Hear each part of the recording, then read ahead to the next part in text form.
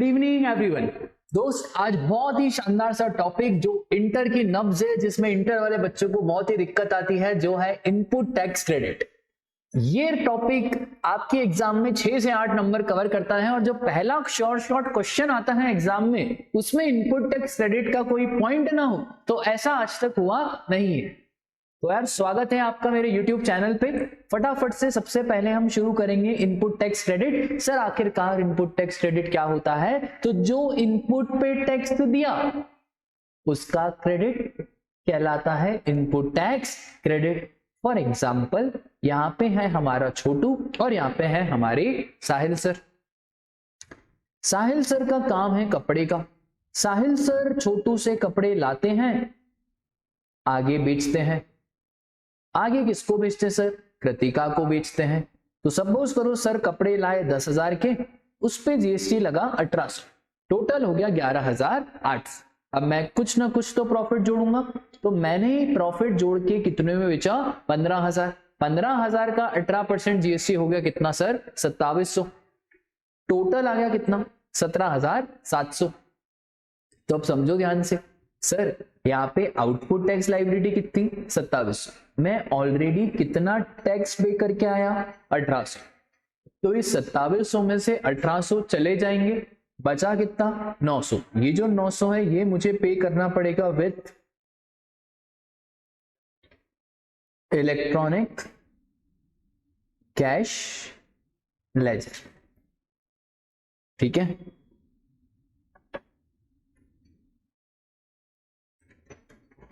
अब देखो ध्यान से समझना। साहिल सर को ये जो क्रेडिट है ना, इतनी आसानी से नहीं मिलेगा। सरकार ने बहुत सारी कंडीशंस डाल के रखी है क्रेडिट के। एक तो सिंपल सा है, रिटर्न फाइल करना पड़ेगा। किसको सर रिटर्न फाइल करना पड़ेगा? तो भाई जो हमारा छोटू है ना, इस छोटू को रिटर्न फाइल करना पड़ेगा। जैसे ही छोटू GSTR 1 फाइल करेगा, सर ये GSTR 1 क्या होता है?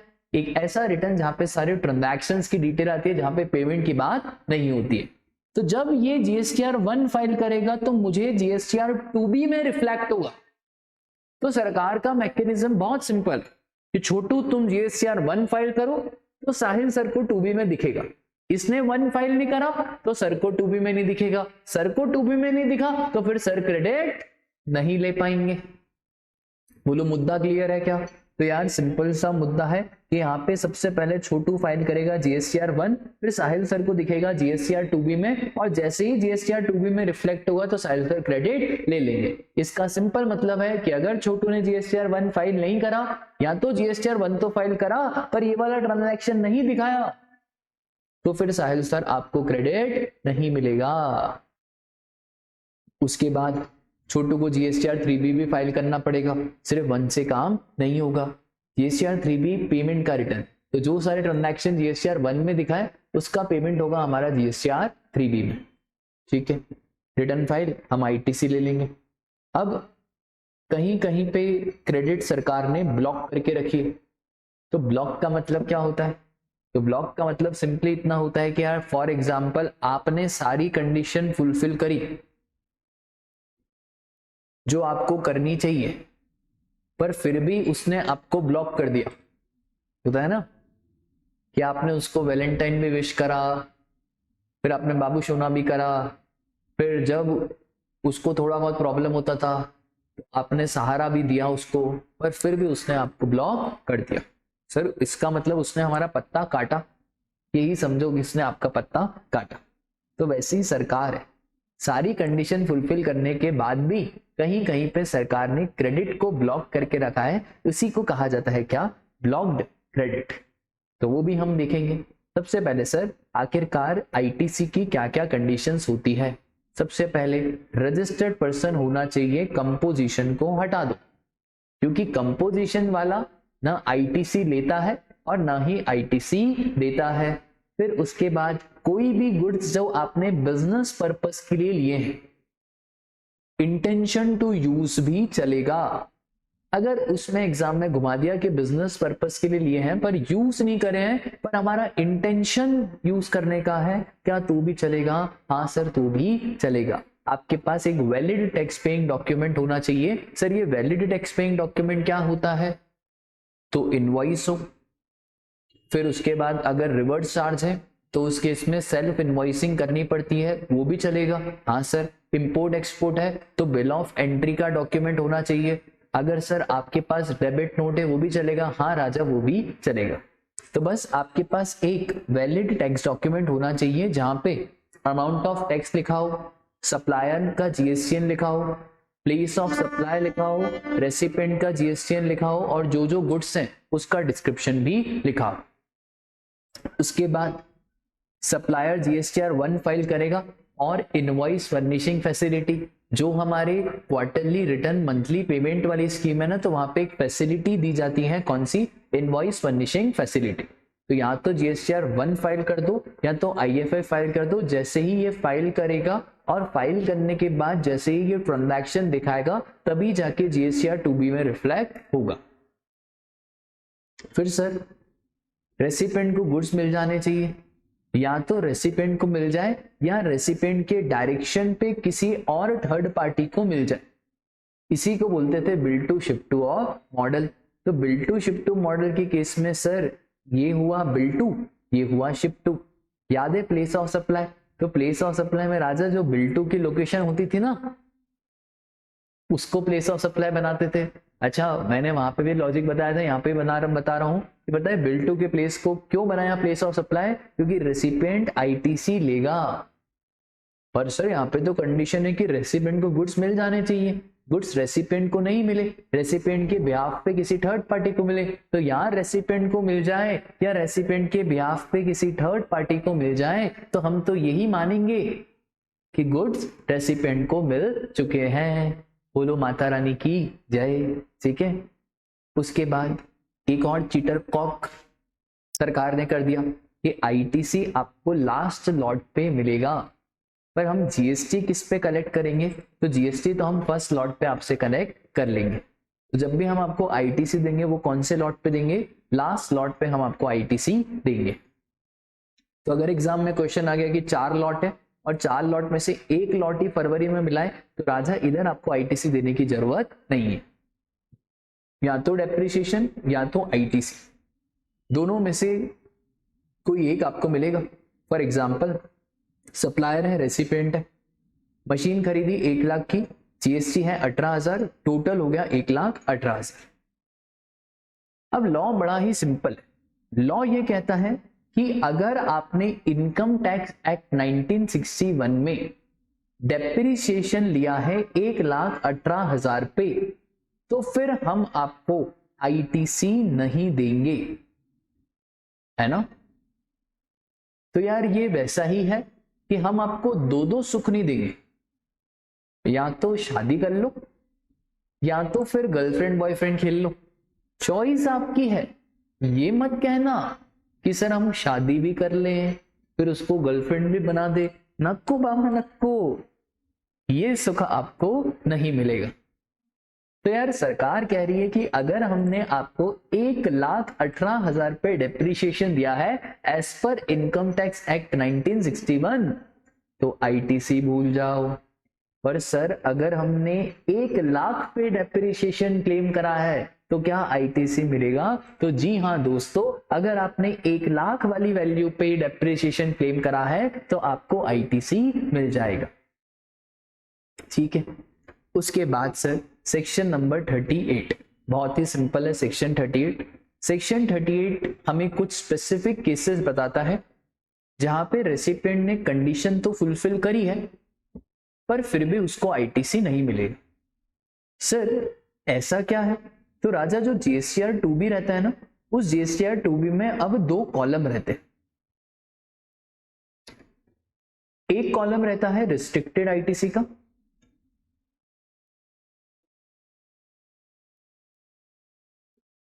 और एक कॉलम रहता है अनरिस्ट्रिक्टेड आईटीसी का। तो अगर वो आईटीसी यहां पड़ी है रिस्ट्रिक्टेड, तो फिर वो आप आईटीसी को यूज नहीं कर सकते। तो आईटीसी कहां रहनी चाहिए?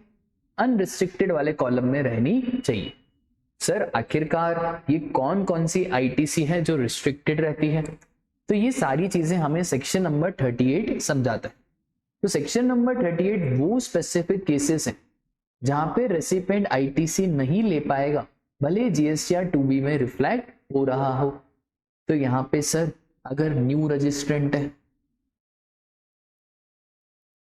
अगर सरकार को लग रहा है कि सप्लायर ने अभी नया नया रजिस्ट्रेशन लिया है और उसने इनवॉइस बनाया, क्या रेसिपिएंट आईटीसी ले सकता है?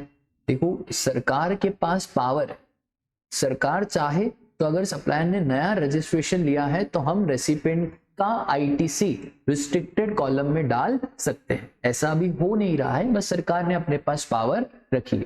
सप्लायर ने टैक्स पे नहीं करा, जीएसटीआर 1 की लाइबिलिटी ज्यादा है as compare to GSTR 3B। GSTR 1 में सपोज करो 10 लाख रुपए की इनवॉइस दिखाएं, पर जीएसटीआर 3B में आपने 8 लाख पे ही टैक्स पे करा, रूल 86B का वायलेशन करा। ये आगे आएगा रूल 86B। फिर आपने ज्यादा क्रेडिट ले लिया, जो जीएसटीआर 2B में दिख रहा था उससे ज्यादा क्रेडिट ले लिया, और स्पेसिफाइड क्लास ऑफ पर्सन। ये सारे लोग सेक्शन नंबर 38 में नोटिफाइड है, जिसमें सरकार अगर चाहे तो रेसिपिएंट का आईटीसी रिस्ट्रिक्ट कर सकती है। अब sir very very very very important, बिल्कुल सब जने यहाँ पे ध्यान दो, reversal of ITC in case of non payment of tax by the supplier and reavailment thereof. अभी अभी सेक्शन आया, दो बातें, एक सप्लायर पेमेंट नहीं कर रहा और दूसरा रेसिपिएंट। पहले हम सीखेंगे सप्लायर के बारे में। अगर सप्लायर ने एक बिल बनाया 10,000 रुपीज का, जीएसटी है 1800 रुपए का, टोटल होगा कितना? 11,800। सप्लायर को जीएसटीआर 1 फाइल करना पड़ता है अगले महीने की 11 तारीख। तो सपोज करो हम मार्च में हैं, तो मार्च में अगले महीने की तारीख हो जाएगी हमारा 11 अप्रैल 2023। जैसे आज तारीख है 10 अप्रैल 2024, तो नेक्स्ट मंथ में जो जीएसटीआर 1 जाएगा वो कब जाएगा? 11 मई 2024। ठीक है, अब समझो ध्यान से, जीएसटीआर 1 11 अप्रैल को जाता है और जो जीएसटीआर 3B है वो 20 तारीख को जाता है। ठीक, जैसे ही सप्लायर जीएसटीआर 1 फाइल करेगा वैसे ही रेसिपिएंट के जीएसटीआर 2B में दिखेगा, और जैसे ही रेसिपिएंट के जीएसटीआर 2B में दिखेगा रेसिपिएंट आईटीसी ले लेगा। सरकार ने बोला कि यार 1 तो फाइल कर दिया पर 3B फाइल नहीं करा। देखो सरकार को लेना देना 3B से। इनफैक्ट जब सेक्शन नंबर 39 रिटर्न की बात करता है ना, तो रिटर्न का मतलब ही होता है जीएसटीआर 3B, जहां पे सरकार को पैसा है, सिर्फ ट्रांजैक्शन शो करना is not the part of return. तो यार यहां पे ध्यान दो कि सर ये जीएसटीआर 3B अगर इसने फाइल नहीं करा तो फिर हम रेसिपिएंट को आईटीसी नहीं देंगे, सीधी बात। सर आखिर कोई लास्ट डेट है क्या? तो यार सरकार कहती है कि डियर सप्लायर, आपको जीएसटीआर 3B फाइल करना है 30 सितंबर 2023 तक। जैसे अप्रैल 2023 है तो तारीख है हमारी कौन सी? 30 सितंबर 2023। अगर 24 होता तो तारीख हो जाती हमारी कौन सी? 30 सितंबर 2024। तो उस फाइनेंशियल ईयर की 30 सितंबर तक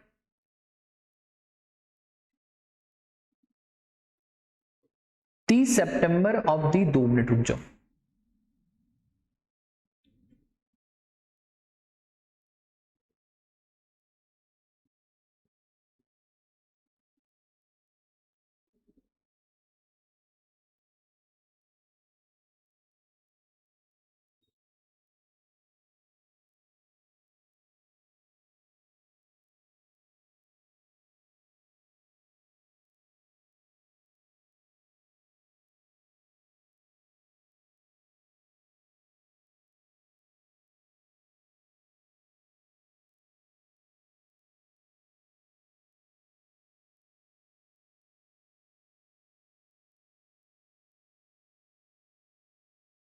okay okay okay okay 2 minute है ना।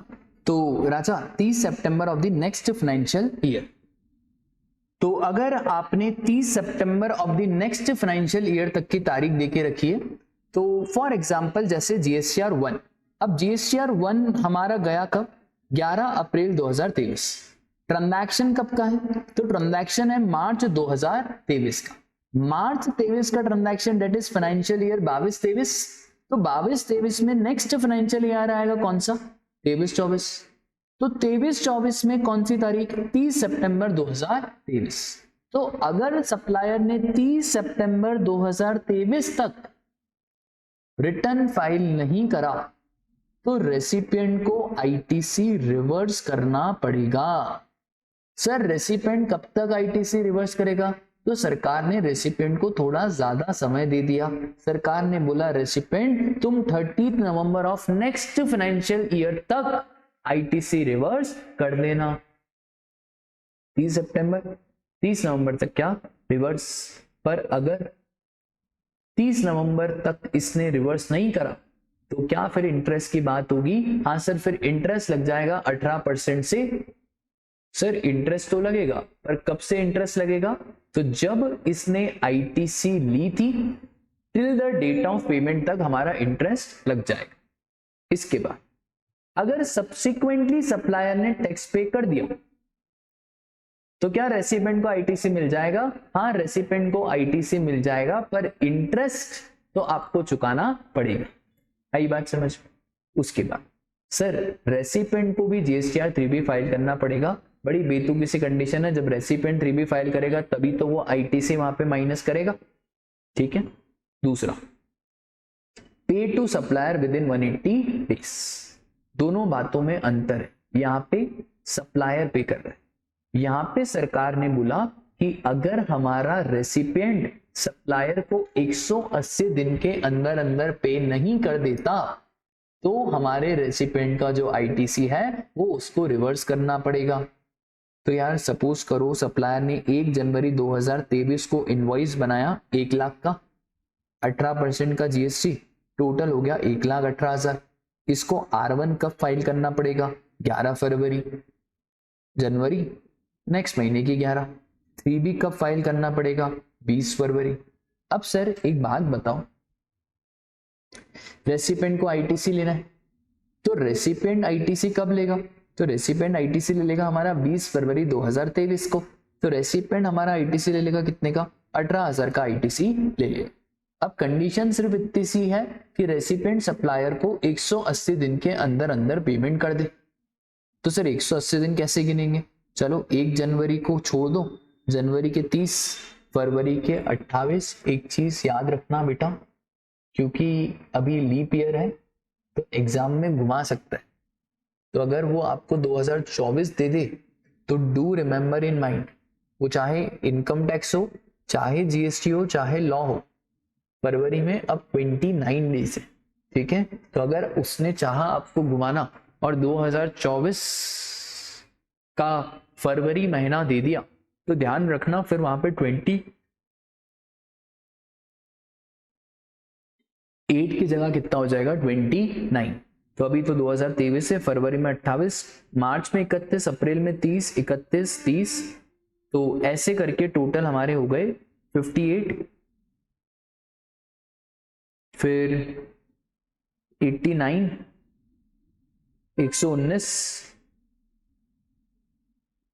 फिर हमारे हो गए ये 150 और फिर 180। तो वो लास्ट डेट है हमारी 30 जून। 30 जून तक पेमेंट कर देना है। अगर 30 जून तक रेसिपिएंट ने सप्लायर को पेमेंट नहीं करा तो फिर 1 जुलाई को आईटीसी रिवर्स करना पड़ेगा अलॉन्ग विद इंटरेस्ट। सर ये इंटरेस्ट कब से लगेगा? जिस दिन आपने आईटीसी लिया और जिस दिन आपने पेमेंट करा। तो यहाँ पे आईटीसी कब लिया था? 20 फरवरी। अब ये जब रेसिपिएंट है, ये जो नेक्स्ट रिटर्न लगाएगा वो कब लगाएगा? 20 जुलाई। तो 20 फरवरी से 20 जुलाई 150 दिन का इंटरेस्ट लग जाएगा 18% के रेट पे। और इंटरेस्ट किस पे लगेगा सर? आईटीसी वाले अमाउंट पे लगेगा। ठीक है, बोलो बात क्लियर है क्या? इसके कुछ कुछ एक्सेप्शन, तो इसको हम क्लास में बोलते थे हाइट्स ऑफ सेल्फिशनेस।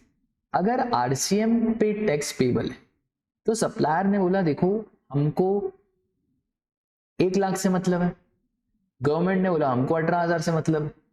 अगर रिवर्स चार्ज मैकेनिज्म में टैक्स पेबल है ना, तो सरकार ने बोला फिर सप्लायर को पेमेंट आए या नहीं आए हमको उससे कोई लेना देना नहीं है, हमको तो सिर्फ हमारे जीएसटी से लेना देना है। सर यहाँ पे ऐसा क्यों प्रोविजन है 180 दिन? क्योंकि यहाँ पे सरकार का स्वार्थ है। यहाँ पे 1,18,000 में सरकार के भी तो 18,000 शामिल है, बट यहाँ पे ऐसा नहीं है। यहाँ पे सरकार का पैसा शामिल नहीं है, यहाँ पे सरकार को कौन दे देगा? रेसिपेंट पे कर देगा। अगर कोई भी एक्टिविटी स्केड्यूल 1 में आती, याद है आपको, तो स्केड्यूल 1 विदाउट कंसिडरेशन जो सप्लाई बन गया राजा, स्केड्यूल 1 में तो कंसिडरेशन होता ही नहीं है, तो फिर वहां पे 180 दिन की बातें नहीं होगी। और फिर अगर कोई भी सप्लायर की लायबिलिटी है जो रेसिपेंट ने इनकर कर दी, तब भी हम वहां पे 180 दिन की बात नहीं करेंगे। फॉर एग्जाम्पल 5,000 रुपए सप्लायर को पे करने थे, रेसिपिएंट ने सप्लायर के कहने पर किसी और थर्ड पार्टी को पे कर दिया, चलेगा क्या? हाँ सर चलेगा। क्या वहां पे ये 180 दिन की लिमिट देखेंगे? तो वहां पे भी 180 दिन की लिमिट नहीं देखेंगे। सर एक बात बताओ, अगर 180 दिन के बाद पेमेंट कर दिया तो वही बात है यार, अगर 180 दिन के बाद पेमेंट कर दिया तो ले लेना आईटीसी। सर आधा पेमेंट करा तो आधा आईटीसी मिलेगा, तो जितना पेमेंट कर दिया 180 दिन के बाद उतना आपको आईटीसी मिल जाएगा। तो ये बात हम लिख लेते हैं यार, इफ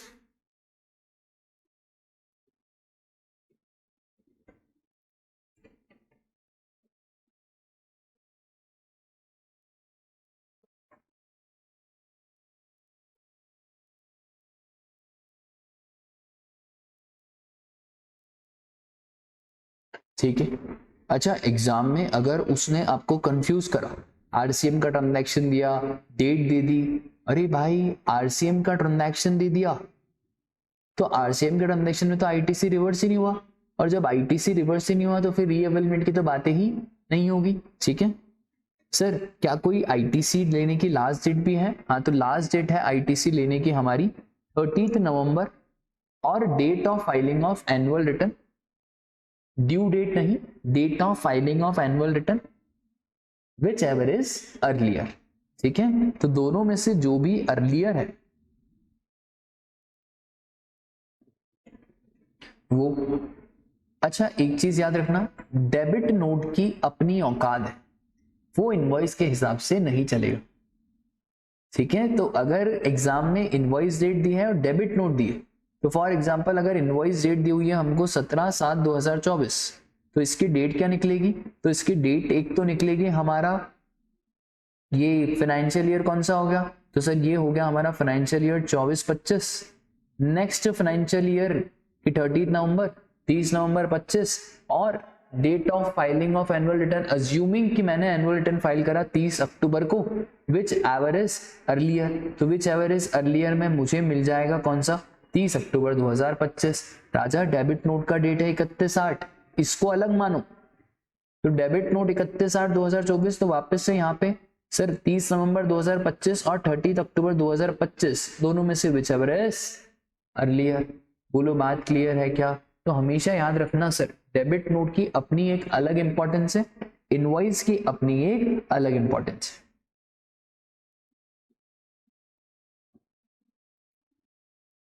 उसके बाद थोड़ी बहुत बेसिक बात है राजा, अगर हमने इनपुट बिजनेस के लिए यूज करा तो आईटीसी मिल जाएगा। देखो सरकार का मंत्रा बहुत सिंपल, तुम मुझे जीएसटी दो मैं तुम्हें आईटीसी दूंगा, ऐसा मोदी जी बोलते हैं। तो सरकार एक ही तो चीज बोल रही है कि हम आपको आईटीसी तभी देंगे जब आप हमको आगे से क्या लाके दोगे? जीएसटी लाके दोगे। तो अगर आपने इनपुट को बिजनेस पर्पस के लिए यूज करा, इसका मतलब है पैसा कमाओगे, आईटीसी दे दो। पर्सनल यूज आईटीसी मत दो, बिजनेस और नॉन बिजनेस दोनों के लिए तो फिर आपको आईटीसी को प्रपोर्शनेट करना पड़ेगा। ठीक है, एक और चीज, यहाँ पे सप्लायर है, रेसिपिएंट है, अगर इनपुट लिया है टैक्सेबल सप्लाई के लिए आईटीसी दे दो, एग्जेम्प्टेड सप्लाई के लिए, निल रेटेड के लिए तो आईटीसी मत दो, क्योंकि आगे से आप सरकार को कुछ भी जीएसटी लाके नहीं दे रहे हो। और अगर जीरो रेटेड सप्लाई के लिए लिया है, that is export and special economic zone, तो वहां पे भी आप आगे से कोई भी जीएसटी लाके नहीं दे रहे हो, पर वहां पे पता है क्या है, क्योंकि एक्सपोर्ट है, क्योंकि आप देश को फॉरेन करेंसी लाके दे रहे हो, तो यहाँ पे आपको आईटीसी मिल जाएगा। ठीक है, बोलो बात क्लियर है क्या? बस। और सर इनपुट अगर टैक्सेबल और एग्जेम्प्टेड दोनों में यूज हो रहा है तो फिर आपको प्रपोर्शनेट करना पड़ेगा। इसके बाद very very important section 17 subsection 5 that is blocked credit. Section में ध्यान रखना, ब्लॉक्ड क्रेडिट का मतलब ये होता है कि आपने सारी कंडीशन फुलफिल करी, बिजनेस यूज है, गुड्स आपको मिल भी गया, फिर आपके पास टैक्स पेइंग डॉक्यूमेंट्स भी है, सारी की सारी कंडीशंस आपने फुलफिल करी, पर फिर भी सरकार ने आपका क्रेडिट ब्लॉक कर दिया। ऐसी को तो बोलते हैं ब्लॉक करा, कि आप तो उसके लिए जान देने के लिए रेडी थे, आपने वैलेंटाइन पे फूल भी दिया, वैलेंटाइन पे हग भी दिया, आपने वैलेंटाइन पे गिफ्ट भी दिया, आपने वैलेंटाइन पे टेडी भी दिया, फिर भी 14 फरवरी के दिन वो किसी और के साथ भाग गई। इसी चीज को बोलते हैं क्या? Blocked credit. तो आपने सारी कंडीशन फुलफिल करी, फिर भी आपका क्रेडिट सरकार ने ब्लॉक कर दिया। अब सर कहां कहां पे क्रेडिट ब्लॉक है? मोटर व्हीकल जिसकी सीटिंग कैपेसिटी अप टू 13 है। सर 13 मतलब 12 पैसेंजर्स और एक हमारा ड्राइवर। तो अगर सीटिंग कैपेसिटी 13 तक है तो हम आपको क्रेडिट नहीं देंगे। सर कार वैन का क्रेडिट मिल जाएगा? हाँ राजा, कार और वैन का क्रेडिट मिल जाएगा। सर अगर आपने मोटर व्हीकल को फर्दर बेचने के लिए यूज करा, जैसे युंडाई वाले ट्रू वैल्यू, कार 24, नेक्सा, क्या इस केस में क्रेडिट मिल जाएगा? 100% मिल जाएगा। अगर आपने कार को फर्दर बेचने के लिए यूज करा है तो हम आपको क्रेडिट दे देंगे। ट्रांसपोर्टेशन ऑफ पैसेंजर, तो उबर, ओला, कार फॉर ट्रांसपोर्टेशन आपने खरीदी तो भी क्रेडिट दे देंगे। और अगर आपने ड्राइविंग स्कूल के लिए मारुति का ड्राइविंग स्कूल आपने चलाया तो भी हम आपको क्रेडिट दे देंगे। कुछ कुछ खतरनाक से पॉइंट जो इंस्टीट्यूट आपसे पूछ सकता है। सर ये खतरनाक पॉइंट कौन कौन से?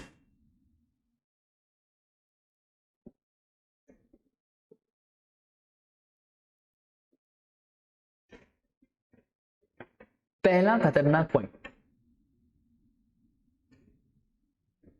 आईटीसी मिल जाएगा अगर आपकी व्हीकल का इंजन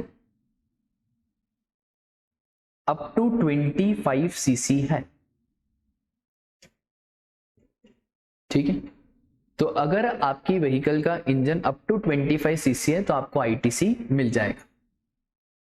फॉक लिफ्ट का आईटीसी मिल जाएगा। फॉक लिफ्ट क्या होती है? स्पेशल गाड़ी होती है जो कंपनी के इनक्लोज प्रेमाइसेस में चलती है। ठीक है, रेलगाड़ी खरीदी तो रेलवे ट्रक्स, इसका भी क्रेडिट मिल जाएगा। प्लीज इसको ध्यान रखना, इंजन अप टू 25 सीसी।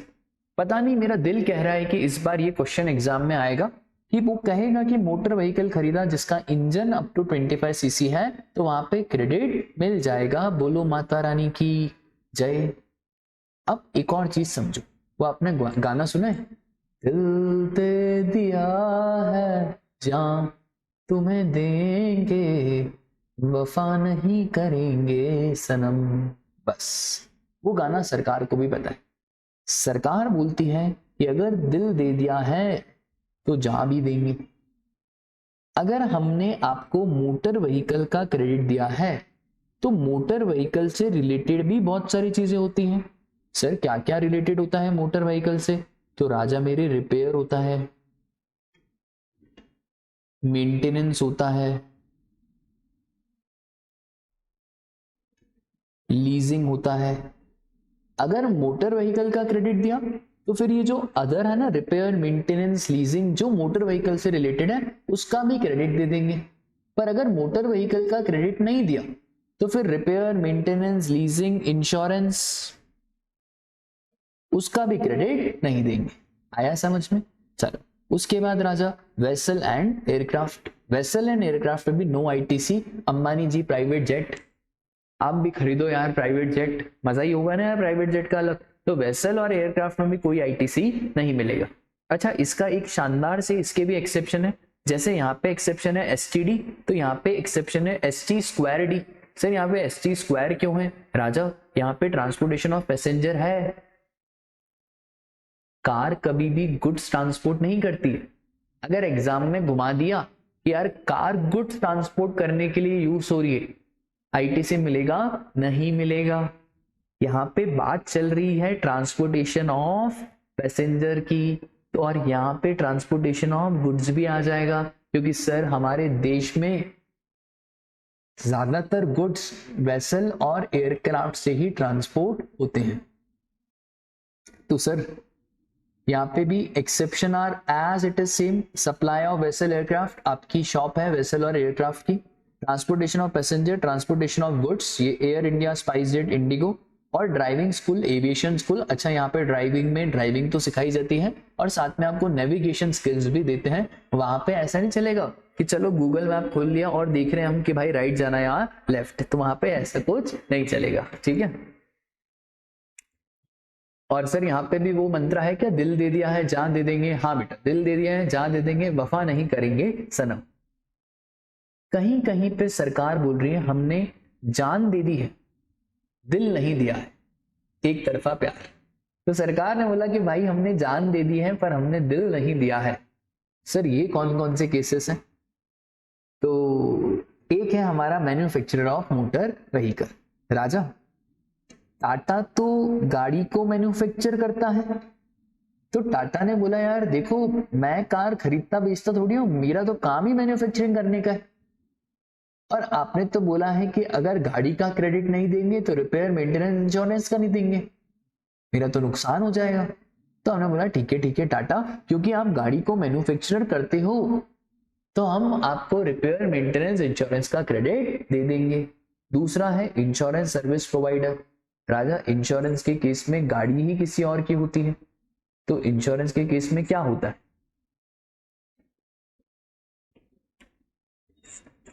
तो देखो इंश्योरेंस के केस में क्या होता है। फॉर सपोज करो मेरी गाड़ी है और ये गाड़ी मैं लेके गया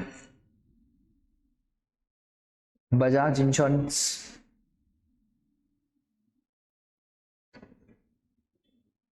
जैसे ही बजाज इंश्योरेंस के पास मैं गाड़ी लेके गया, बजाज इंश्योरेंस वालों ने बोला सर ये जो गाड़ी है ये सही तो हो जाएगी, पर सर इसको हमको रिपेयर कराना पड़ेगा, हमारे एक एम्प्लॉय से हम यहाँ रिपेयर करा देंगे, यहाँ तो हमको किसी बाहर वाले से रिपेयर कराना पड़ेगा। मैंने बोला ठीक है यार जो भी है, मुझे तो ये गाड़ी का कंपनसेशन दो या मुझे ये गाड़ी सही करा के दो।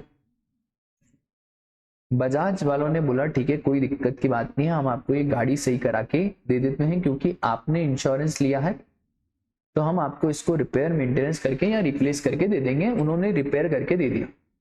सर गाड़ी किसकी है? साहिल सर की। क्या कार का क्रेडिट साहिल सर को मिला होगा? नहीं, कार का क्रेडिट नहीं मिलेगा। अब इंश्योरेंस वाले जो रिपेयर की सर्विसेज ले रहे हैं इस कार के लिए, क्या क्रेडिट मिलेगा?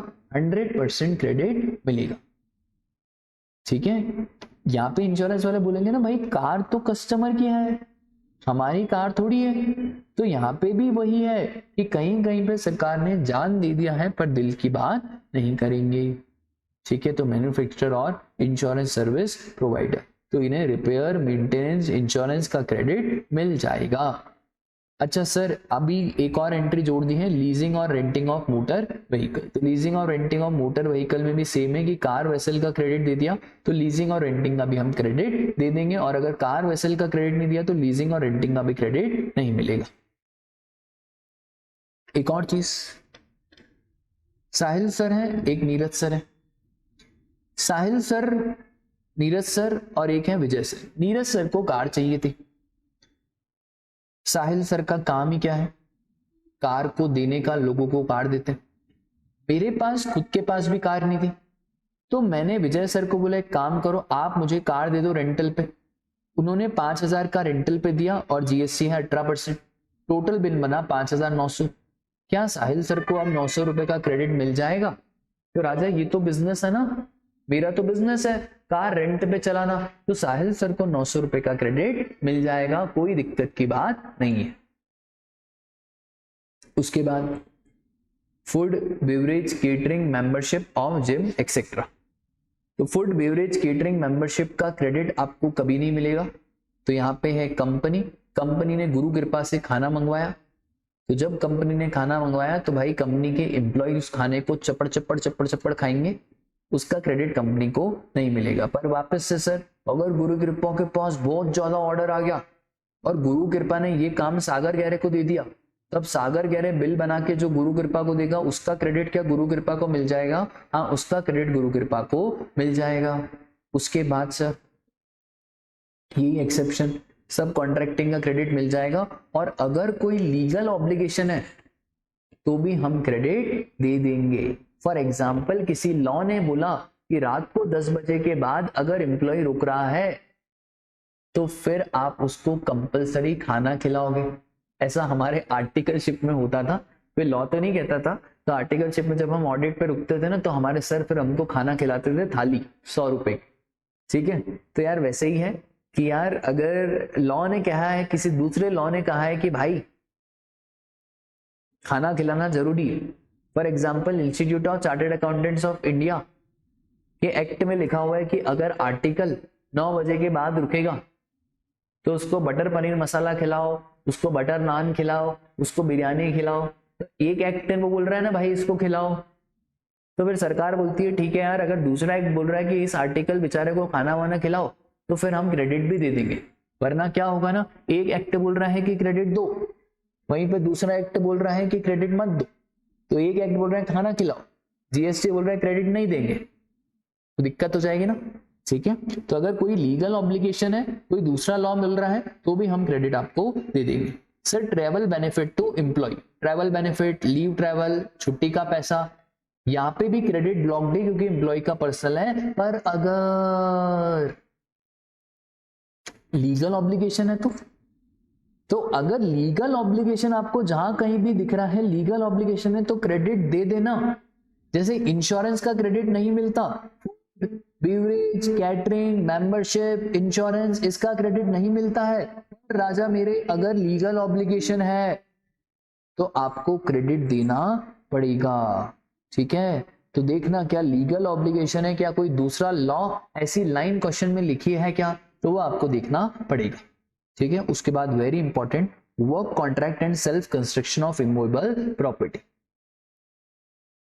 अगर आपने वर्क कॉन्ट्रैक्ट लिया है, अगर घर बनवाया है तो क्रेडिट नहीं मिलेगा, ऑफिस बनवाया है तो भी क्रेडिट नहीं मिलेगा, एम्प्लॉय के रहने के लिए क्वार्टर बनवाए हैं तो भी क्रेडिट नहीं मिलेगा। बात क्लियर है? वर्क कॉन्ट्रैक्ट मतलब मटेरियल भी सामने वाले का, लेबर भी सामने वाले का। सर अगर हमने प्योर लेबर सर्विसेज ली है और हमने घर बनाया तो बेटा प्योर लेबर सर्विस तो एग्जेम्प्ट होती है ना, ठीक है। तो अगर प्योर लेबर सर्विसेज ली तो उसमें तो जीएसटी की बात ही नहीं होगी। तो वर्क कॉन्ट्रैक्ट सर्विसेज का आईटीसी ब्लॉक्ड है। और इनफैक्ट अगर आपने खुद घर बनाया और आपने लेबर अलग लिया, मटेरियल अलग लिया, वर्क कॉन्ट्रैक्ट नहीं है, तब भी आईटीसी क्या है? ब्लॉक्ड। सरकार ने बोला दोनों ही केसेस में आईटीसी ब्लॉक्ड है। यहां पे भी ब्लॉक्ड है वर्क कॉन्ट्रैक्ट, जब पूरा कॉन्ट्रैक्ट दे दिया तब भी ब्लॉक, लेबर अलग लिया, मटेरियल अलग लिया, तब भी आईटीसी ब्लॉक्ड। पर इसके कुछ कुछ एक्सेप्शन। सब कॉन्ट्रैक्टिंग, तो सब कॉन्ट्रैक्टिंग का तो आईटीसी मिल जाएगा, कोई दिक्कत की बात नहीं है। वो वैसे ही जैसे गुरु कृपा और सागर कह रहे हैं। और plant and machinery, very very important, plant and machinery का क्रेडिट मिलेगा। पर प्लांट एंड मशीनरी में क्या एक्सक्लूड हो जाता है? Land and building, telecommunication tower, pipeline laid outside the factory. और मजे की बात बताऊं, पाइपलाइन आउटसाइड द फैक्ट्री ही लेड होती है। पर अगर इंस्टीट्यूट ने ऐसा बोल दिया pipeline laid inside the factory, तो फिर आपको आईटीसी मिल जाएगा। अगर ऐसी लाइन आ गई कि expenses debited to profit and loss account not capitalised, हमने वर्क कॉन्ट्रैक्ट का आईटीसी ब्लॉक करा है, हमने एक्सपेंसेस जो पीएनएल अकाउंट में गए उनका आईटीसी ब्लॉक नहीं करा है। बोलो माता रानी की जय। फिर कंपोजिशन वाला ना आईटीसी लेगा और ना ही आईटीसी देगा। और सर अभी जो सिंपल सा अमेंडमेंट आया है वो है हमारा कॉर्पोरेट सोशल रिस्पॉन्सिबिलिटी। तो अगर आपने कोई भी गुड्स फॉर सीएसआर पर्पस लिए हैं तो उसका भी आपको आईटीसी नहीं मिलेगा, वो भी आईटीसी ब्लॉक्ड है। मुझे नहीं समझ में आया ये अमेंडमेंट क्यों आया, पहले भी ऐसे ही था राजा। सीएसआर का मतलब फ्री पॉकेट में आपने दान धर्म करा है। अब आपने फ्री पॉकेट में करा है तो आपने आगे से तो कुछ लाके नहीं दिया, तो पीछे का आपको आईटीसी नहीं मिलेगा, सिंपल। तो कहने की जरूरत नहीं थी, ये बाय डिफॉल्ट इंप्लाइड था। पर क्या था ना, कुछ कुछ कंपनियां आईटीसी ले रही थी तो वो भी अब क्लेरिफाई कर दिया, ठीक है। वैसा ही बहुत बार होता है फ्री गिफ्ट्स। अगर आपने आगे फ्री गिफ्ट्स बांटी तो भाई सरकार का मंत्रा सिंपल है, आगे से जीएसटी लाके दो, हम तुमको क्रेडिट दे देंगे, खत्म। बस यही है इस चैप्टर में कि आगे से जीएसटी लाके दो, हम तुमको क्रेडिट दे देंगे। आगे से जीएसटी नहीं लाके दे रहे हो तो हम तुमको क्रेडिट भी नहीं देंगे, ठीक है। बोलो बात क्लियर है क्या। सर कंपोजिशन वाला ना आईटीसी लेगा और ना ही आईटीसी देगा। कंपोजिशन वाला तो स्पेशल है, ना आईटीसी लेगा और ना ही आईटीसी देगा। उसके बाद कुछ कुछ स्पेशल सर्कमस्टांसेस जो सेक्शन नंबर 18 में स्पेसिफाइड है, देखो ध्यान से। 21/12/2023 21/12/2023 को आपका थ्रेशोल्ड लिमिट क्रॉस हो गया।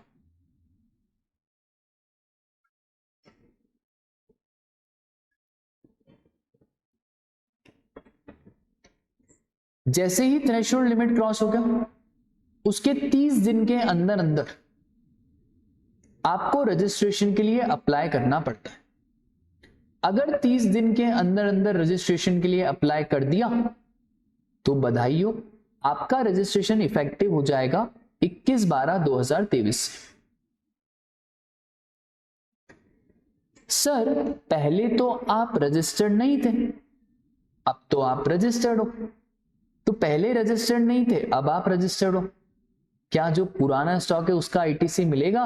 100% मिलेगा। सरकार बोलती है कि 21/12 के पहले है 20/12/23, तो जो भी 20/12/23 को आपका स्टॉक पड़ा हुआ है उसका हम आपको क्रेडिट दे देंगे, पर सिर्फ इनपुट का ही क्रेडिट देंगे, कैपिटल गुड्स का क्रेडिट नहीं देंगे। तो सिर्फ जो भी आपका इनपुट बचा हुआ है, फॉर एग्जांपल 1000 है, ये 23,600 का पूरा माल 600 केजी बचा है, तो क्योंकि 600 केजी बचा है तो 3600 डिवाइडेड बाय 1000 इंटू 600 आ गया कितना? 2160। बोलो बात क्लियर। एक और चीज बता देता हूं,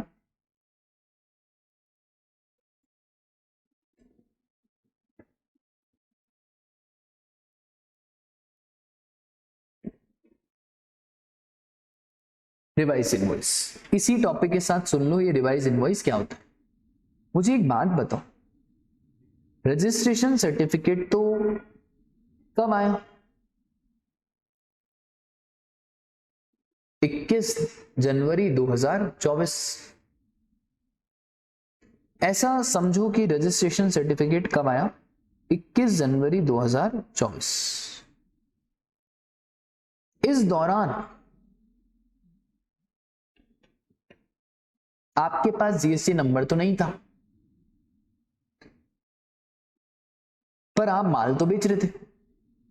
सर भला रेसिपेंट को आईटीसी कैसे मिलेगा? क्योंकि रेसिपेंट को आईटीसी मिलने के लिए आपके पास जीएसटी नंबर होना चाहिए, और आप जीएसटीआर 1 फाइल करोगे तो उसके 2B में दिखेगा। अब आप फाइल कैसे करोगे? आपका तो पोर्टल ही बंद है, पोर्टल ही ब्लॉक है। आपके पास रजिस्ट्रेशन सर्टिफिकेट ही कब आया? 21 जनवरी। तो सरकार ने बोला यार मुद्दा तो बहुत ही गहन है, तो सरकार ने बोला कि देखो यार आपको रिवाइज इनवॉइस बनाना पड़ेगा। जिस दिन आपको आरसी मिली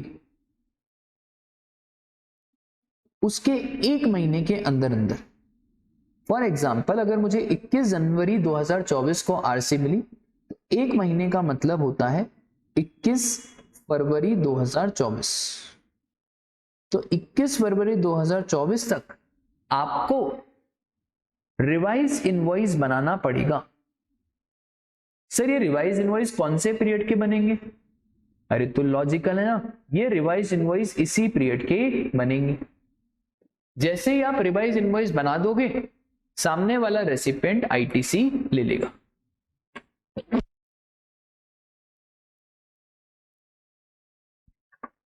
तो जैसे ही आप रिवाइज इनवॉइस बना दोगे तो सामने वाला इसका क्रेडिट ले लेगा। कब तक बनाना है रिवाइज इनवॉइस? जिस दिन आरसी आई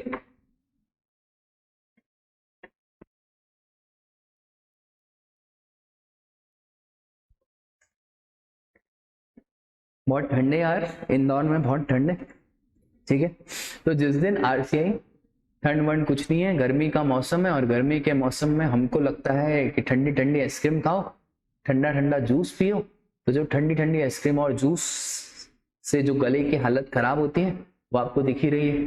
पर आप लोग इस बात का ध्यान रखो, हम तो सीए बन गए, अब हम तो मजे कर सकते हैं, आप भी करना मजे, बस एक महीना अपने हेल्थ का ध्यान रखना, ठीक है।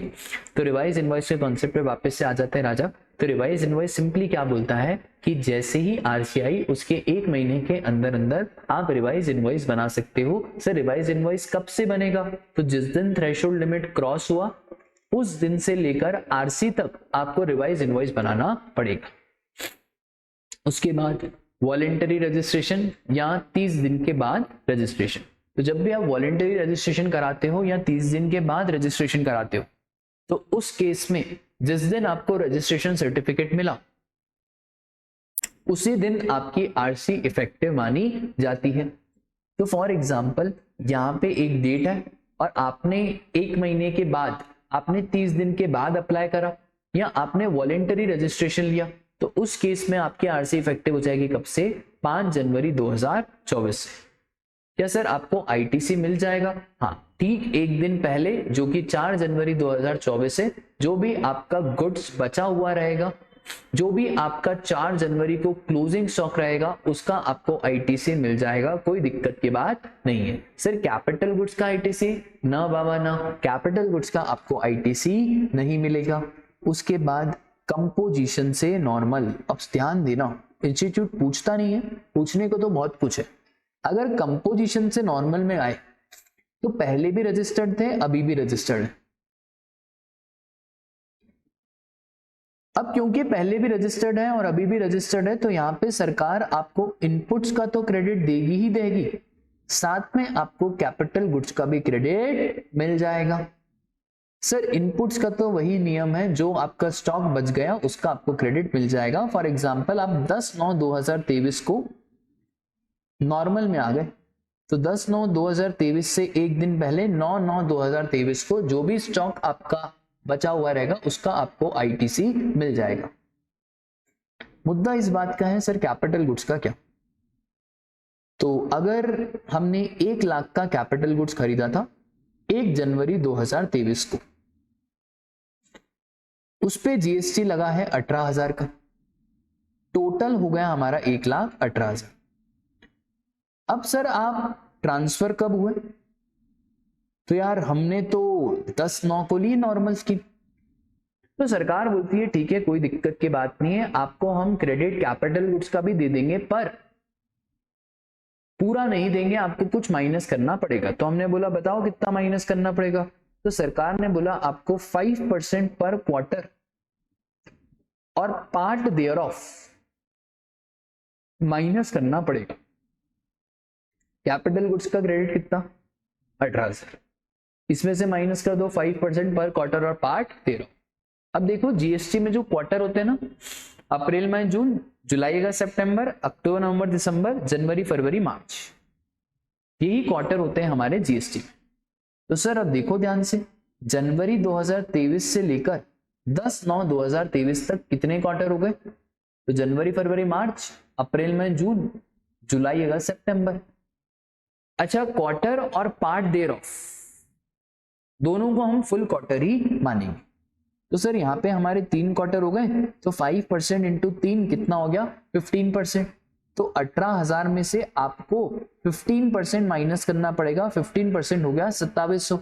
जैसे ही 2700 माइनस करा, जो आपका आ गया कितना सर 15,300। तो जो 15,300 है ना,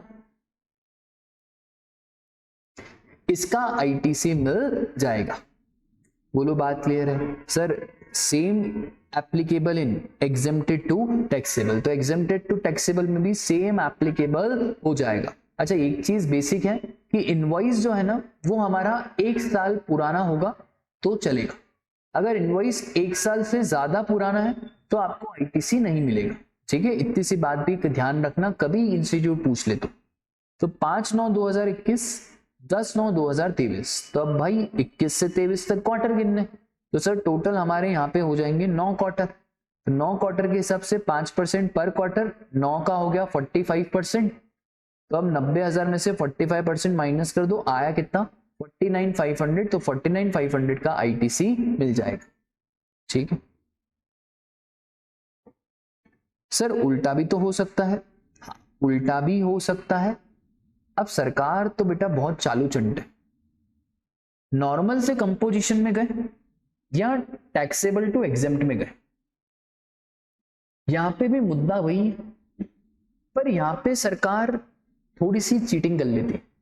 सरकार बोलती है यार ये जो क्वार्टर वाला फंडा है ना, इसमें हमारा नुकसान है।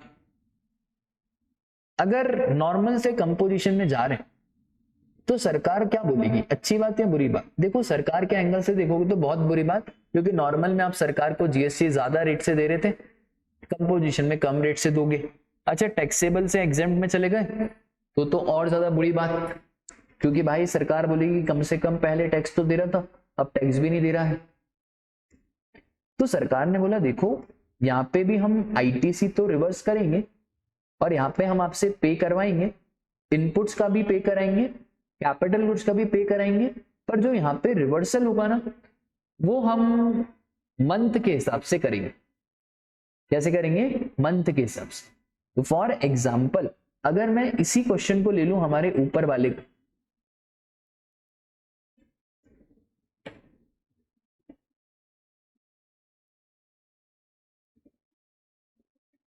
तो देखो फॉर एग्जाम्पल हमारे ये ऊपर वाला क्वेश्चन ले लेते हैं हम, 1 जनवरी 2023 और 10/9/2023।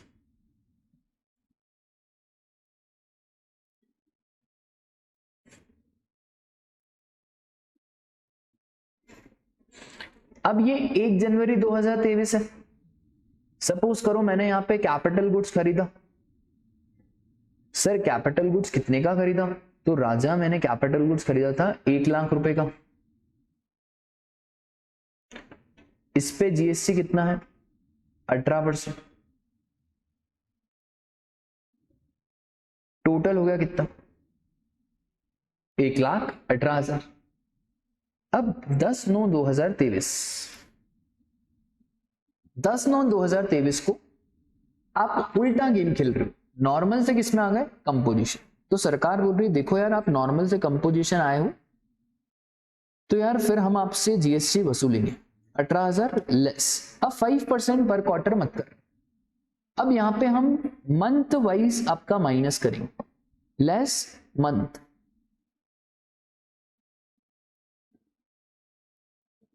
सर मंथ वाइज कर देते, क्या दिक्कत है? तो 1 जनवरी 23 से लेकर 10/9/2023, तो जनवरी, फरवरी, मार्च, अप्रैल, मई, जून, जुलाई, अगस्त, सितंबर, कितने महीने हो गए टोटल? 9 महीने। तो हम क्या करेंगे ना, 18,000 इंटू 9/60। जीएसटी की दुनिया में कैपिटल एसेट की लाइफ को माना जाता है 60 मंथ्स। कितना आ गया? 27। और 18,000 में से 2700 गए,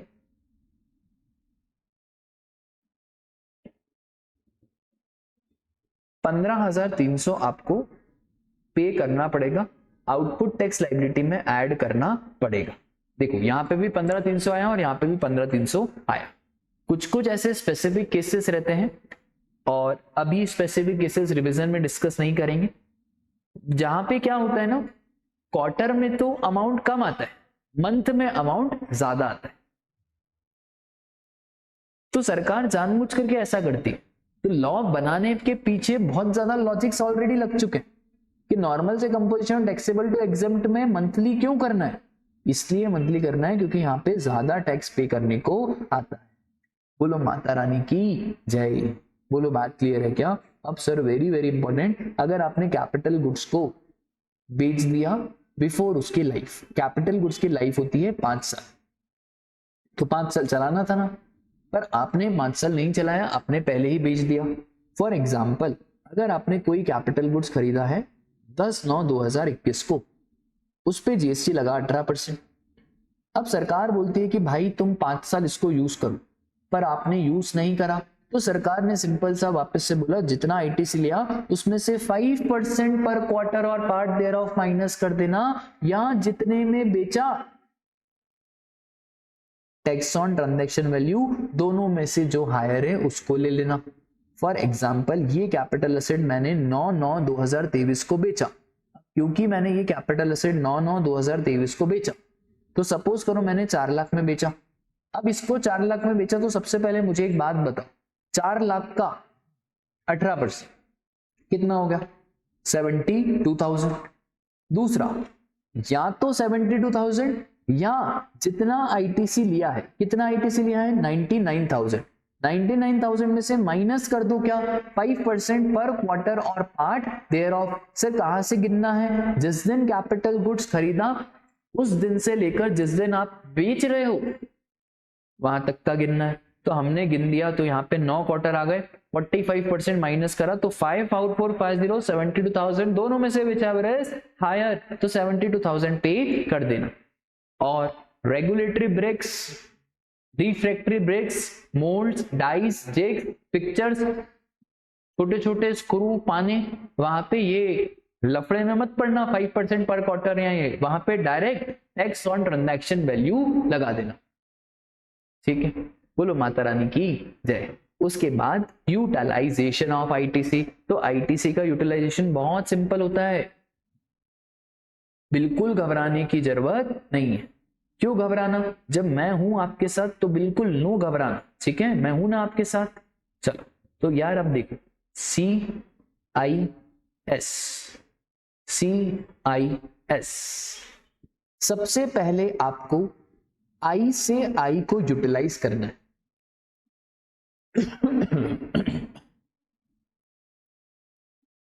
तो इसको लिख देते हैं हम इनपुट, इसको लिख देते हैं हम आउटपुट। तो पहली प्रायोरिटी है आई से आई को यूटिलाइज करना। सर अगर आई बच गया तो? अगर आपका आई बच गया तो उसको सी के लिए यूज करो, फिर एस के लिए यूज करो। सर क्या ऐसा लिखा हुआ है लॉ में कि पहले सी के लिए यूज करो फिर एस के लिए यूज करो?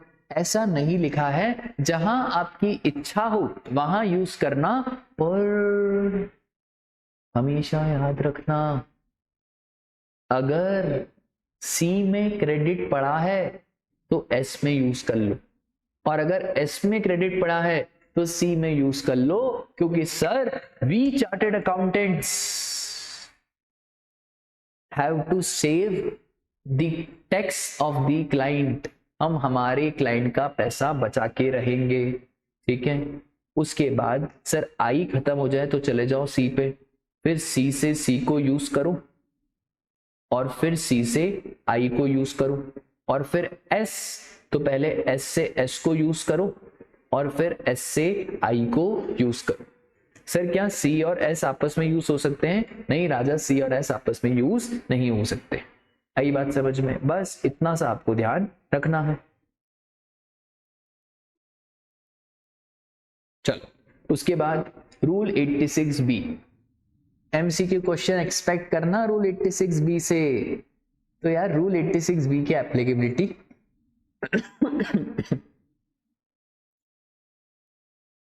देखो रूल 86B क्यों आया? बहुत लोग है ना आईटीसी की चोरी कर रहे थे, सरकार को पैसे ही नहीं देते थे, तो सरकार लेके आई रूल 86B। अब रूल 86B कब लगेगा? देखो कुछ कुछ एमसीक्यू क्वेश्चन है जहां पे आंसर ही नहीं आ रहा है, इंस्टीट्यूट ने कुछ ना भी लिखा हो तो भी एमसीक्यू में आंसर ना आए तो आप रूल 86B लगा के देखना क्या आंसर आ रहा है। आ रहा है तो उसको टिक कर देना, ठीक है। तो रूल 86B की एप्लीकेबिलिटी, अगर कोई भी महीने में टर्नओवर 50 लाख से ज्यादा है, जीरो रेटेड और एग्जाम को हटा देना, टैक्सेबल टर्नओवर की बात हो रही, तो अगर कोई भी महीने का टर्नओवर 50 लाख से ज्यादा है तो आपके ऊपर रूल 86B की एप्लीकेबिलिटी आ जाएगी। अब ये क्या कहता है रूल 86B? तो रूल 86B सिंपल सी एक बात कहता है कि आप कितना आईटीसी यूज कर सकते हो, 99% ऑफ आउटपुट टैक्स लायबिलिटी और ITC available which ever is lower, तो आप इतना मैक्सिमम आईटीसी यूज कर सकते हैं। मेरा मन कह रहा है इस बार थ्योरी क्वेश्चन में रूल 86B सी या डी में से कुछ ना कुछ तो आएगा, ठीक है। Exception to rule 86B, rule 86B नहीं लगेगा अगर कोई भी रजिस्टर्ड पर्सन, मैनेजिंग डायरेक्टर, कर्ता, फिर या दोनों पार्टनर में से कोई भी पार्टनर जिन्होंने 1 लाख से ज्यादा इनकम टैक्स पे करा है इन दी प्रीसीडिंग 2 फाइनेंशियल ईयर, और इनकम टैक्स जो हमारी टाइमलाइन है ड्यू डेट की, जो सेक्शन 139(1) है उसके हिसाब से आपने पे करा है, ठीक है। 1 लाख से ज्यादा और टाइमलाइन ध्यान रखना 139(1). अगर आपको 1 लाख से ज्यादा का आईटीसी का रिफंड मिला है due to zero rated supply और inverted duty structure, inverted duty structure का मतलब सिंपली ये होता है कि जो मैं परचेस कर रहा हूं उस पे जीएसटी का रेट हाई है और जब मैं प्रॉफिट के बाद सेल भी कर रहा हूं तो उस पे जीएसटी का रेट कम है।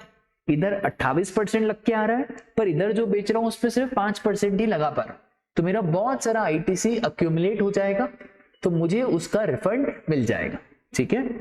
सर रिफंड कब मिलना चाहिए? प्रीसीडिंग फाइनेंशियल ईयर रिफंड मिल जाना चाहिए, सैंक्शन ऑर्डर नहीं चलेगा। और आउटपुट टैक्स लायबिलिटी का अगर आपने 1% से ज्यादा पेमेंट करा हुआ है ई कैश लेजर से तो भी रूल 86B नहीं लगेगा। फॉर एग्जांपल अगर अप्रैल से लेकर अगस्त तक आपकी लायबिलिटी 80 लाख है, आईटीसी 70 लाख है, अब आपने 10 लाख तो ई कैश से पे करा हुआ है, अच्छा 10 लाख 12.5% है, तो सरकार ने बोला ठीक है यार आप तो अच्छे लोगों ऑलरेडी ई कैश लेजर से पे कर रहे हो तो आपके ऊपर हम रूल 86B नहीं लगाएंगे, भले फिर आपका टर्नओवर 50 लाख से ज्यादा हो जाए। अगर स्पेसिफाइड पर्सन है government, PSU, local authority, statutory corporation, इनके ऊपर भी रूल 86B नहीं लगेगा। सर ये आखिरकार रूल 86B का क्वेश्चन कैसा है? तो देखो अगर एमसीक्यू क्वेश्चन आया तो फॉर एग्जांपल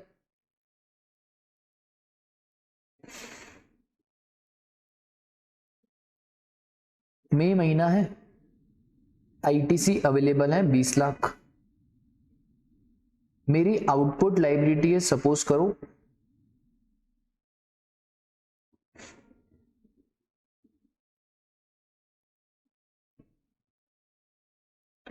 19 लाख। अब मुद्दा ये है क्या मैं पूरा आईटीसी यूज कर सकता हूं? यार देखो सरकार ने बोला आईटीसी अवेलेबल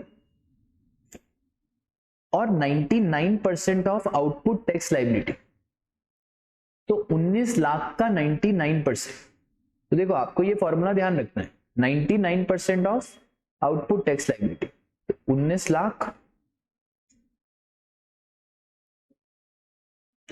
कितना आ गया 18,81,000, तो 18,81,000 और 20 lakh which ever is lower, तो लोअर है 18,81,000, इतना आईटीसी आप यूज कर पाओगे, तो बच कितना गया, ये जो है ये आपको पे करना पड़ेगा विद ई कैश लेजर। आई बात समझ में? रूल 86B के बाद है हमारा रूल नंबर 86A। सर ये रूल 86A क्या कहता है? तो 86A सिंपल सी बात करता है कि commissioner not below the rank of assistant commissioner चाहे तो आईटीसी पे रिस्ट्रिक्शन इंपोज कर सकता है। कहां कहां पे? सर अगर सप्लायर रजिस्टर्ड सप्लायर ही नहीं है, सप्लायर एग्जिस्ट ही नहीं करता है, फर्जी सप्लायर है, बोगस सप्लायर है, या सप्लायर पीपीओबी से बिजनेस नहीं कर रहा है, उसने बताया तो है कि ये प्रिंसिपल प्लेस ऑफ बिजनेस है, पर वो प्रिंसिपल प्लेस ऑफ बिजनेस ही नहीं है। गुड्स या सर्विसेज रिसीव ही नहीं हुए हैं सामने वाले को, टैक्स पे नहीं करा है, रेसिपिएंट एग्जिस्ट नहीं करता है, या रेसिपिएंट पीपीओबी से बिजनेस नहीं कर रहा है, रेसिपिएंट के पास कोई डॉक्यूमेंट नहीं है, तो यहाँ पे रिस्ट्रिक्शन इंपोज करी जा सकती है, आईटीसी को रिस्ट्रिक्ट करा जा सकता है। पर हाँ याद रखना, मैक्सिमम कितना रिस्ट्रिक्ट करेंगे हम, 1 ईयर तक रिस्ट्रिक्ट करेंगे, और अगर कमिश्नर को लग रहा है तो वो रिस्ट्रिक्शन को विड्रॉ भी कर सकता है। इसके बाद 2 रूल और हैं।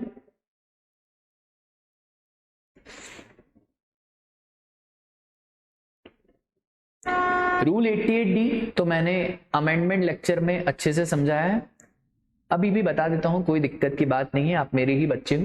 तो रूल 88C बोलता है कि अगर आपका GSTR 1 और GSTR 3B में मिसमैच, फॉर एग्जांपल GSTR 1 में तो आपने 10 लाख रुपए की लायबिलिटी दिखाई, पर जब इंसान पे करता है तो सारा दिमाग लगा लेता है, पे करा तो आपने कितना करा, 9 लाख। अब डिफरेंस आ रहा है कितने का, 1 लाख। सरकार बोल रही है कि भाई ये जो डिफरेंस आ रहा है ना, इसका रीजन बताओ। तो आपने जो ईमेल आईडी दी होगी रजिस्ट्रेशन के टाइम, उस पे आपको नोटिस आएगा। इस 1 लाख रुपए का 7 दिन के अंदर अंदर या तो पे कर देना, या तो इसका रीजन दे देना। पे कर दिया इंटरेस्ट के साथ, सर वो तो बनी बात है, पे कर दिया कोई दिक्कत नहीं, इंटरेस्ट के साथ अंडर सेक्शन 50 में जो लगेगा नो प्रॉब्लम। रीजन दिया, सेटिस्फैक्ट्री है तो ठीक है, नो प्रॉब्लम। नॉट सेटिस्फैक्ट्री है तो फिर पे करना पड़ेगा, इंटरेस्ट भी लगेगा। और अगर नहीं करा पे और इंटरेस्ट, तो फिर 73 और सेक्शन 74 की पीनल प्रोसीडिंग्स लग जाएंगे और रिकवरी 73 और 74 के हिसाब से हो जाएगी। वैसा ही है rule 88D, same cut copy paste 88C का पार्ट है 88D, जहां पे बहुत सिंपल सी बात ये कहता है कि जो आईटीसी दिख रहा है 2B में और जो आईटीसी आपने 3B में लिया है, उन दोनों में मिसमैच है। सपोज करो अगर 2B में दिख रहा है 9 लाख रुपए और आपने आईटीसी लिया है 10 लाख, तो 1 लाख ज्यादा लिया है, तो वापस से नोटिस आएगा ईमेल पे, और जैसे ही नोटिस ईमेल पे आएगा तो ये वाली प्रोसीजर वापस से हम कर देंगे, या तो 1 लाख पे कर दो विद इंटरेस्ट, या तो 7 दिन के अंदर अंदर रीजन बता दो। अगर रीजन सेटिस्फैक्ट्री है तो बहुत बढ़िया, अगर रीजन सेटिस्फैक्ट्री नहीं है तो फिर कुछ भी नहीं, पे भी करना पड़ेगा, इंटरेस्ट भी लगेगा, और फिर सेक्शन 73 और 74 की रिकवरी प्रोसीडिंग के हिसाब से आपसे रिकवर कर लिया जाएगा। ठीक है, एक बार हम चेक कर लेते हैं क्या कुछ आईटीसी में बच गया कि पूरा आईटीसी खत्म हो गया।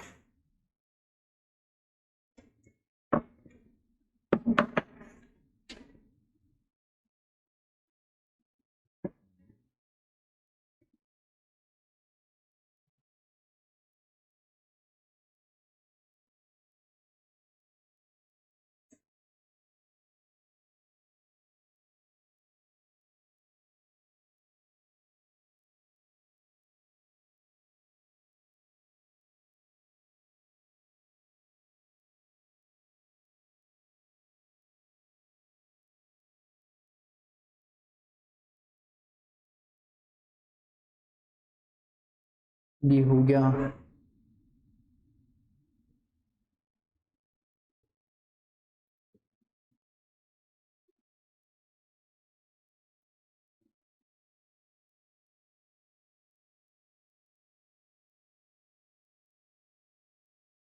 अच्छा ब्लॉक्ड क्रेडिट में एक सिंपल सी बात है, 2 सिंपल सी बात है बता देता हूं।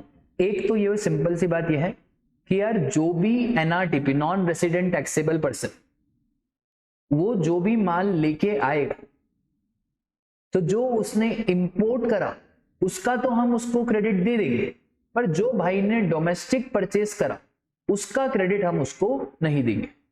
सिंपल सी बात। कोई टैक्स अगर आपने अंडर सेक्शन 74 पे करा है, अंडर सेक्शन 129, अंडर सेक्शन 130 पे करा है, तो बेसिकली जो फ्रॉड है, जो शो कॉस्ट नोटिस आया, उसके अगेंस्ट में आपने जो टैक्स पे करा उसका आपको क्रेडिट नहीं मिलेगा, भूल जाओ।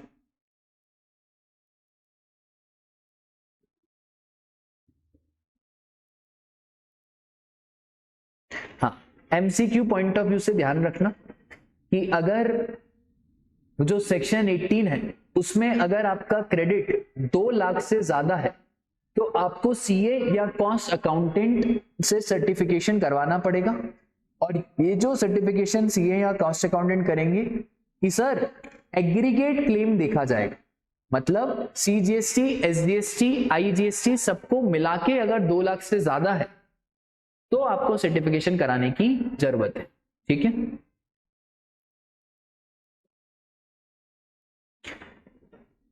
हाँ सिंपल सा पॉइंट है, बता देता हूं, कुछ लोड लेने की जरूरत नहीं है, मैं हूं तो कोई लोड लेने की जरूरत नहीं। सर अगर रजिस्टर्ड पर्सन का कॉन्स्टिट्यूशन चेंज हो गया, प्रोप्राइटरशिप से पार्टनरशिप में कन्वर्ट हो गए, बिजनेस सेल हो गया, मर्जर हो गया, डीमर्जर हो गया, तो क्या इस केस में आईटीसी भी ट्रांसफर होगा? तो राजा मेरे इस केस में नई एंटिटी को लाइबिलिटी भी ट्रांसफर हो जाएगी और नई एंटिटी को आईटीसी भी ट्रांसफर हो जाएगा। अब मुद्दा यह आता है कि आईटीसी कौन से रेशियो में ट्रांसफर होगा? तो जो भी असेट सामने वाली एंटिटी को ट्रांसफर हुई है, जितनी असेट सामने वाली एंटिटी को ट्रांसफर हुई है, भले फिर सामने वाली एंटिटी ने उस पर आईटीसी लिया हो या ना लिया हो, उसके हिसाब से हम बांट देंगे आईटीसी। ठीक है, एक और चीज सर, यहाँ पे भी आपको सीए और कॉस्ट अकाउंटेंट का सर्टिफिकेट चाहिए कि भैया हमारा जो पहले फॉर्म था अब वो फॉर्म चेंज हो गया, और जैसे ही एक एंटिटी यहां से डिटेल अपलोड करेगी दूसरी एंटिटी वहां से डिटेल को सेव करेगी, जैसे ही दूसरी एंटिटी को डिटेल रिफ्लेक्ट होगी, एक्सेप्ट कर देगी दूसरी एंटिटी, तो दूसरी एंटिटी को आईटीसी मिल जाएगा। एक और चीज सर, अगर आपके 2 बिजनेस हैं, दोनों डिस्टिंक्ट पर्सन है, तो क्या तब भी आईटीसी ट्रांसफर कर सकते हैं? हाँ राजा मेरे, अगर आपके मल्टीपल बिजनेसेस हैं तो भी आप एक एंटिटी से दूसरी एंटिटी में आईटीसी को ट्रांसफर कर सकते हो on the value of asset. तो वैल्यू ऑफ असेट्स के रेशियो में, और वापस से वही आईटीसी लिया हो या ना लिया हो, कोई दिक्कत की बात नहीं है। एक और चीज सर, कितने दिन के अंदर अंदर डिटेल फर्निश करना है? तो 30 दिन के अंदर अंदर डिटेल फर्निश करना है। जैसे ही ये डिटेल फर्निश करेंगे सामने वाली एंटिटी एक्सेप्ट करेगी, जैसे ही वो एक्सेप्ट करेगी तो सामने वाली एंटिटी को क्रेडिट मिल जाएगा। इसी के साथ आपका आईटीसी का रिवीजन खत्म होता है। चैनल को लाइक करें, शेयर करें और अपना प्यार इसी तरह से चैनल को देते रहें। ठीक है, थैंक यू।